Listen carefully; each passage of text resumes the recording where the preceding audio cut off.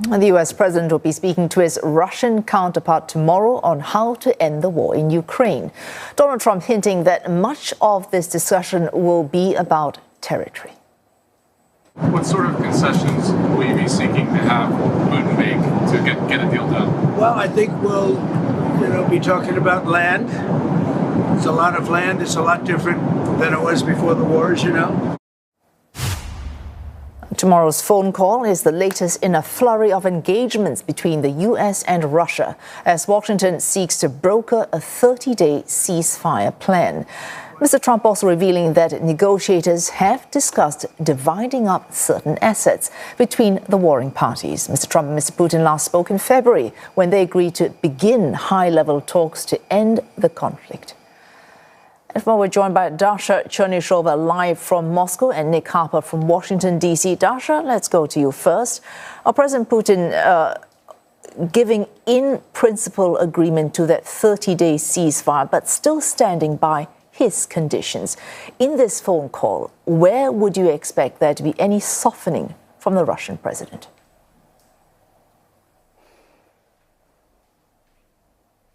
Well, we are hearing the Kremlin indeed confirming this phone conversation, but not given the details as to what might be discussed. So the Kremlin is very cautious about any upcoming contacts with the United States. But at the same time, the Russian officials, they have not indicated that Moscow will be willing to compromise anywhere. The Deputy Foreign Minister of Russia, Alexander Grushko, who served in Brussels with NATO headquarters, he was very clearly saying that Moscow, to end this conflict, will seek the security guarantees, and those are the security guarantees that would entail the wider security architecture in Europe. And Moscow insists that those issues have to be addressed. Moscow has also ruled out the presence of any NATO troops. Once again, the Deputy Foreign Minister noted that that is unacceptable for Russia because those are NATO troops, and Russia has been fighting against NATO encroachment closer to its borders. So it's quite unclear whether Moscow will be willing to compromise these red lines.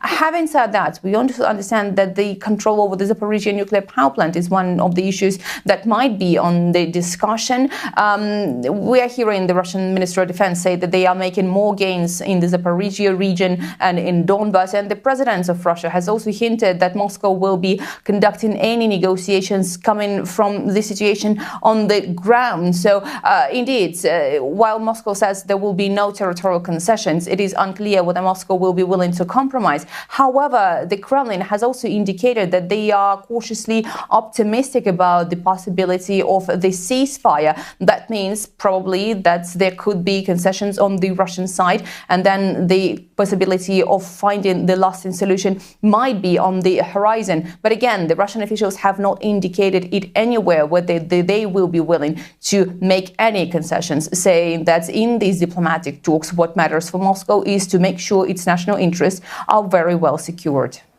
All right, Nick, Dasha mentioned the mention of the Zaporizhzhia nuclear power plant. We ran that soundbite of Mr. Trump where he said, we will be talking about land. He followed that actually by saying, we will also be talking about power plants.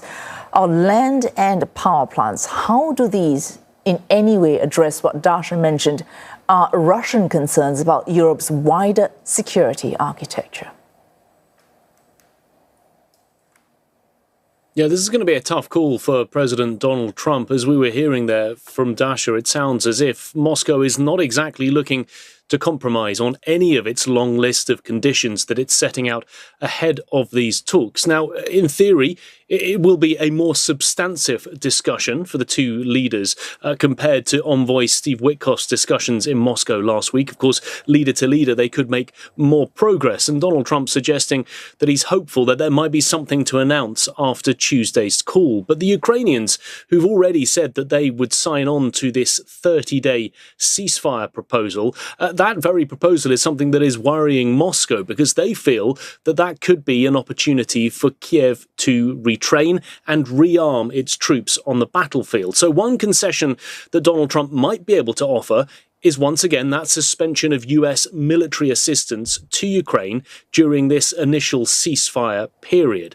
But it's then what other concessions they might be able to win or might be able to dangle in front of President Putin. And the Zaporizhia nuclear power plant, neither side, even though neither side has mentioned it by name, could well be an enormous bargaining chip. Moscow has had it since March 2022 when it captured it. It's the largest nuclear power plant in Europe. Of course, the Ukrainians want it back, but it could be something that could be offered as part of the territory and land that Donald Trump says is going to be discussed. In terms of Kiev, though, they certainly go into all of this discussion between the Russian and US leader in a slightly weaker position than they were even a week ago, because the Kursk region of Russia that the Ukrainian troops took last week, they've now pretty much lost all of that territory being won back by Russia. So a slightly weaker position for Ukraine as the leaders go into this call.